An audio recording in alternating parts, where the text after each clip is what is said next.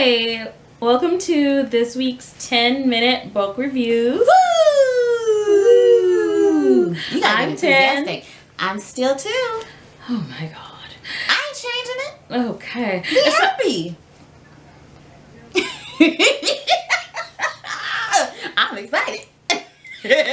So, this week's book review is special. We also do ebooks too. Yeah. So, let you know what to buy online. So, this week's ebook is Where Do the Children Play? by Tom Evans. Say no, yeah. Tom Evans. So anyway, how we like to start each one of our books is by giving a star point and kind of like a grade and a rating. If it was a movie, who would be able to watch it? I'm going to leave that part to you, though, because you like to do that more than me. Yeah, I like grading things. So, as a star point, I would give this a solid 8 to 10. I would lean more. The only reason I was saying 8 is because I want it more. If the author says he's going to make another book, kind of from one of the other characters' viewpoints, then I would definitely give this a 10 because I would want to read. I'd want to read that next book. For a rating, I would give it. I would say a PG. 13. PG-13. Mm-hmm. Yeah. Because it touches on some things. It's not particularly graphic. There's no, like, rape or sex. Right. Oh, yeah, if you can try to... Hopefully, I'm just making sure that they can, like... see maybe it. angle it forward a little bit. Let me see if, like... See everybody? Hopefully, because, like, I'm trying to look... Like, yeah. So, there's nothing particularly graphic in it. Like, there's no sex. There is some violence, but the violence is very contained. So it's not perhaps bloody violence. So I would say PG-13. I could see it's a television movie. I would never say PG, Not PG because not PG. regardless of which, because of certain things that happens within the story. Yeah. You can't give it it's not a PG period, because PG is more closer towards like a G almost. And this is just still, regardless, it's just not that. Yeah, so PG-13. I can see it as a TV movie. So to kind of give you some background in it, because we always like to give a little background. So the main players in this book are really the main character is Wesley. Although Rory is kind of close with Wesley because they're twins. Yeah. So I would kind of say that there are really 2 main protagonists, even though there's really one who carries the other one along with him. Yes, this is the focus, basically. Yeah. And then the parents, Mr. and Mrs. Barnes. And you know, they're saying Barnes this whole time in my head. I don't know why. That's because it's the way of the spelling. And sometimes, yeah. You'd have to, yeah. In Spanish culture. You're not Spanish. I know, but in Spanish culture, there's those who spell their names exactly like this. Barnes. But they're not Spanish. Right, but I'm just saying, in my head, the whole time I've been calling them Barnes. Though at the same time, I know they're not Spanish, but that's the way it looks. You get it? Oh, brother. Why? It's too long to explain to you. I'm sorry. Anyway, Mr. and Mrs. Barnes. God. And then finally, there is a kidnapper who doesn't play a part in their particular lives, but just kind of in the news, and they play a part, but not a large part. But these are really the 3. Well, I guess I'm saying 3 main players just because Rory and Wesley fall in together. Mrs. and Mr. Barnes fall in together. And then there's the kidnapper, who is just someone that they're reading about on the news and seeing on television. So it starts off, it's based in the 50s. Wesley and Rory are 5 years old, I believe, at the beginning of the book, and they're being adopted by Mr. and Mrs. Barnes. They both seem like really nice people. And as it starts out, Wesley is really happy to be adopted. Rory's like, dude, I don't know about this because they never good. And they have had some bad foster placements previously, but they're only 5 at this time, so they don't really remember their bad foster placements, they can just remember the bad feelings from it. Funny how that goes. Yeah. 5 years old, you don't really know anything at 5. No, just bad Memories feelings. aren't good. Yeah. But yeah, and he's already, this doesn't seem like it's a great idea. And already has his opinions. So you know that things was really, really horrible. Yeah. And they seem to get sick on every placement. So I was thinking maybe that means that there's some kind of emotional hardship going on within them, and it's manifesting as a physical sickness. Like, you know, like if you feel hurt because you lose someone, sometimes it can become a physical ache. Yes. So I think maybe because of the stress of being adopted or being into a new home, they feel a physical sickness, like flu-like sickness. Mrs. Barnes. Oh, fun fact. Yeah. Mr. Barnes' middle name is Wesley, so that's what's made them look at them in the beginning, and they thought Rory was a cute name. Yeah. So, Mrs. Barnes seems like a really nice person in the beginning, and then everything hits the fan. She is flip-dipping crazy.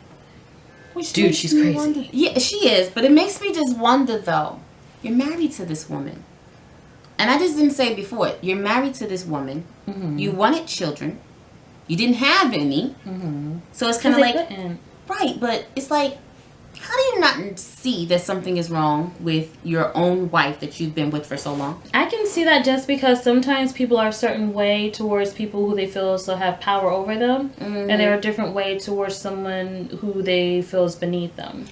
It made me feel like he just was oblivious or just didn't care. Well, he was a traveling salesman. Like, he did have... So he was on the road a lot. Mm-hmm. And she didn't... Remember in the book, she acted a different way when he was home. Mm-hmm. She wasn't abusive towards them when he was home. But then once he was gone, then she started drinking and acting the fool and... I mean, but some kind of sign should have... It's always there. You know, it's funny. Like, when we think about the 50s, if you were born from the 80s forward, when you think about the 50s, there's only 2 shades it comes in, really. Either these were the best of times ever, it was so perfect and so clean, or segregation. Dude, I can't get on the bus. Or I get on the bus and I'm at the back of the bus. I'm right on top of the bus. I'm drinking from a fountain that's on the floor. Like, you know, there's only 2 flavors that the 50s usually come in. What I found interesting in this book is that it talks about the 50s, but it doesn't just talk about... It does talk about it in the nice things about it. Like how Rory and Wesley, they were able to go out and play by themselves safely. Ride their bikes around town, things of that nature. But then it also talks about the crappy stuff, like Mrs. Barnes. Okay, Wesley said something. I forget what he said. I think he was talking, he asked someone about, that's what it was. He said something to one of the neighbors' children that he shouldn't have said. But it was just a secret. He wasn't cursing or anything. He was just asking a question because he was a child and he had a question. Mrs. Barnes got embarrassed, and she hates to be embarrassed. And so she not only scrubbed his mouth out with soap, she scrubbed the roof of his mouth with her nails. So she shredded his mouth and his tongue. And then once she did all that with the soap and everything, then she made him gargle with salt to make it burn. Because she knew it would make it burn. That's what you call Secret Service. Yeah. On these people. DIFUS? DIFUS? CPS? Child Protective Services? Where were you in the 50s? But this would be a good movie. It really would. She was just, she was sadistic. Because not only did she hurt him, she made sure to double hurt him. Like, not only did she grate his mouth with her nails, wash his mouth with the soap, she also made him gargle with salt to burn. And there was a time, too, when Rory was just trying to go to the bathroom in the middle of the night. Remember, they're kids. They're little people. He was just trying to go to the bathroom in the middle of the night. And she got embarrassed because he walked in on her taking a shower or taking a bath, something like that, bath or shower. So the next day, she gave him a swirly. Like, she used the bathroom and then put his... Now, remember, this is a 5-year-old. So she uses the bathroom, then puts his head in the toilet, flushes the toilet. So it's like drowning a 5-year-old. And then she slams the lid of the toilet onto his head. And I'm just thinking, like, dude, why did you even have these... Like, why did you adopt these children? And even yet and still, with her being so sadistic and so mean, they still feel like being adopted is better than being in the orphanage or in the foster care, which makes me wonder what was their life like before this. Something that does give me some comfort, though, from the way the book is written, it's written backwards. Like, it's someone who's reminiscing. So it's not a child. You're not watching this happen to a child.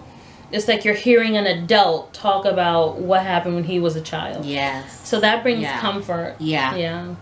There was one point where the narrator, which is Wesley, mentioned, it's kind of odd because Wesley is the narrator, but he also mentions himself by name. It's not I and me and stuff like that. For the most part, it's Wesley. Sometimes he'll break in with saying I or me. It's just like if you read the book of Luke in the Bible, how Luke is in the first person, but then sometimes you'll hear Luke too. So he kind of breaks the fourth wall. I do that myself. Yeah. All the time. Sometimes with things is just at a point for me, I'm more so such and such is not doing that.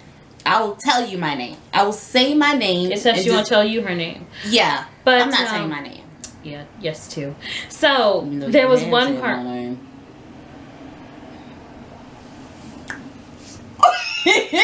Anyway, there was one part where he talks about the kind of sandwiches that his adopted father made, and he mentioned something about cream of beef on toast, and he said that was the sandwich that he came to eat when he was in the service. So apparently Wesley grows up and he joins the army. I'm guessing that if he was a child in the 50s, that means that he would be an adolescent in the 60s and he would come of age towards the mid to late 70s. So that would probably be the Vietnam.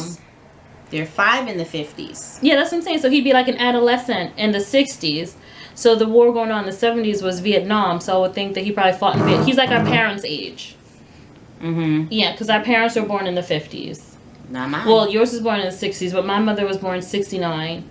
Dad was born in 55. Wow, you're just telling everybody's business, huh? So anyway, yeah, so they would be around, Rory and Wesley would probably be around 60-something right now. So the war that they would have been involved in would have been Vietnam.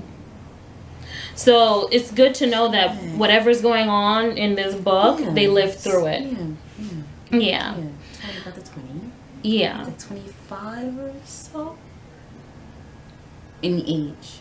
Yeah, in the 70s, probably be like somewhere between 18 to 30, or 18 to 29. Yeah. So, long story short, it's a really good book.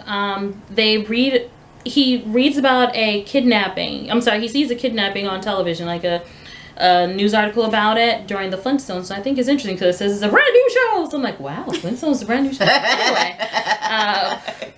So he sees something about a kidnapping, and that brings up something in his mind. And I'm not going to tell you what happens, but the kidnapper is in some way related to him and Wesley. And the kidnapping itself is in some way related to him and Wesley. So I found that very interesting, too. This is a really good book. It's about 151. Yeah, but most of it, I would say actual read. But you can count some of it out. Yeah. Actual read about 147, 148. No. Like actual pages. It's less. Maybe 140, maybe 145? Because you have like the first 7 the first 7 pieces. I'm going to say maybe 140. No, not 140. That's I would give it maybe about 141, 142. Something about me. Yeah, so it's not it's not a full like one. So it's a quick read. You could read it on during a weekend.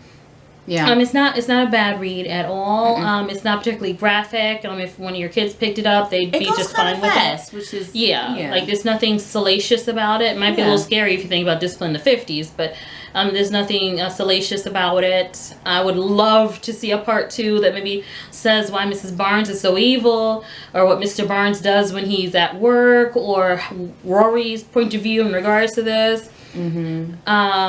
If this was a movie, I would it's weird, but I can see the kid from Modern Family, Claire's son.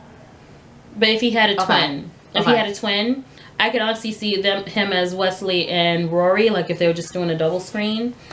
And And older now, though. When he was kid, like when he was little, because he had that innocent little face, but also a little line going on behind it. Yeah, I can see that. Okay. Yeah. For the mother, I don't even know, because I don't Angelica Houston, because she does a great bad person. Is she white or black? She's white. Oh. She is awesome. Never named your kid Angelica. Angelica and Michael.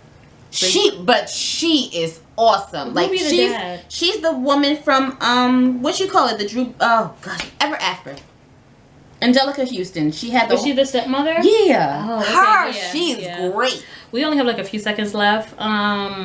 So yes, to let you know, good book. Definitely read it again. Of course, this is a digital copy, so we're not going to donate it because it's ours. Oh, and this is our e-reader specifically for this. Mm-hmm. It's us. It's us. It's really us. Well, at least you can tell which ones we are now. Yes. So this is our e-reader. So for anyone who wants us to do their books, if you have an we prefer the book copies. We do give the physical copies.